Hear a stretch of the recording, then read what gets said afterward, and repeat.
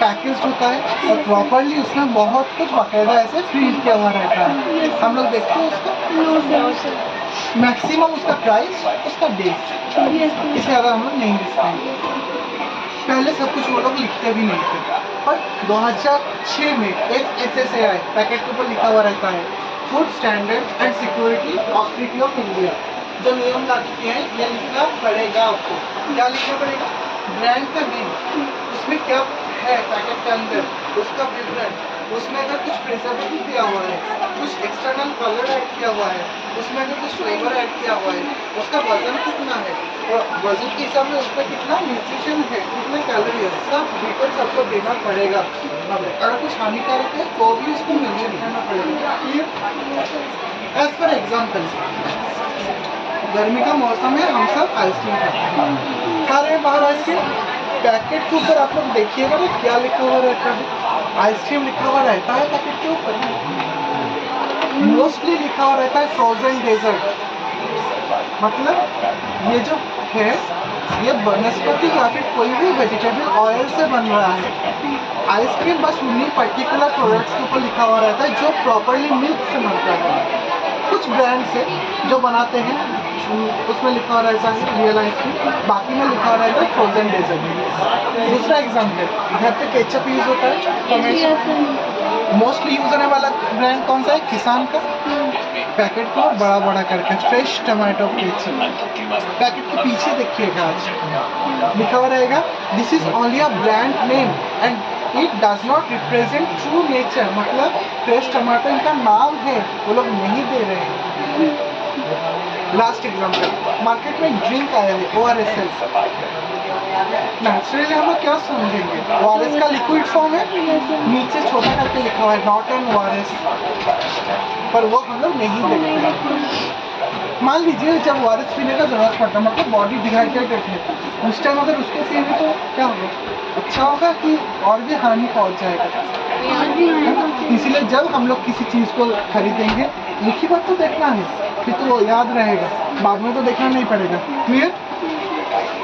ऊंचाई और वजन सबसे अच्छा अनुपात, जिसको हम लोग बोलते हैं BMI, बॉडी मास इंडेक्स। कैसे इसको निकालते हैं? हम लोग अपना जो वेट होता है उसको हाइट स्क्वायर से डिवाइड करते हैं। बिलो 20 या फिर 18 अगर होता है वो result underweight, 20 to 25 normal, 25 to 30 अधिक वजन, 30 to 35 मोटा और 35 से ऊपर तक मोटा। चेक करते हम अपना ही दिखाते हैं। नहीं अच्छा है, सर का चेक करेंगे BMI है ना। सर का हाइट क्या है? मेरा हाइट 165।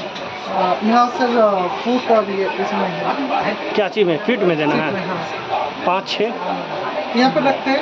अच्छा ठीक है, 5-7 में रखते हैं। वेट 70। क्या लग रहा है क्या होगा सर का? सर का नॉर्मल है, ज़्यादा आ रहा है ना? ज़्यादा थोड़ा सा ज़्यादा आ रहा है। हमको देखिए क्या लग रहा है, इस कैटेगरी में होना चाहिए? हाँ? नहीं नॉर्मल है। अच्छा चलो देखते हैं। मेरा हाइट ये है, वजन ये है, ठीक है। तो इससे डेटा डालकर बटन प्रेस करके चेक कर सकते हैं, पर घर पे तो ये नहीं होगा, घर के लिए भरोसा है।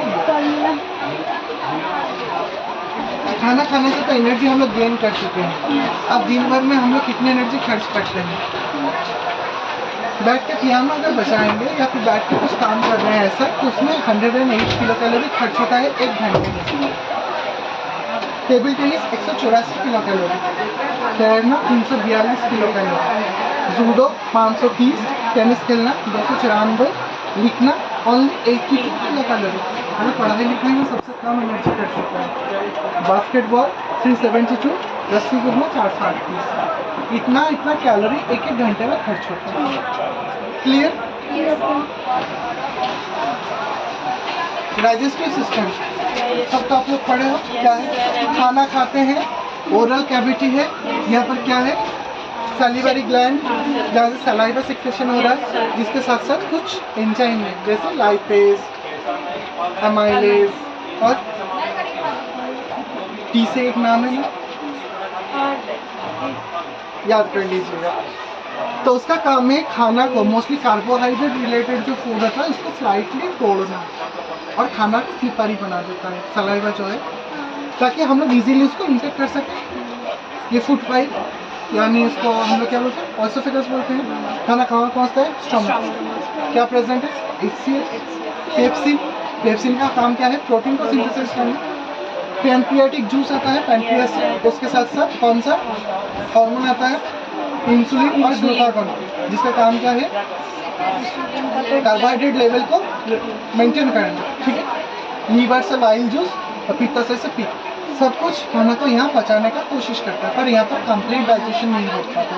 फिर वो पहुँचता है स्मॉल इंटेस्टाइन में, यहाँ कंप्लीट डाइजेशन होता है और जो न्यूट्रिशन है वहाँ से एब्जॉर्ब हो जाता है। फिर वह पहुँचता है कहाँ पर, लार्ज इंटेस्टाइन में, जहाँ वाटर और मिनरल का एब्जॉर्प्शन होता है। क्लियर।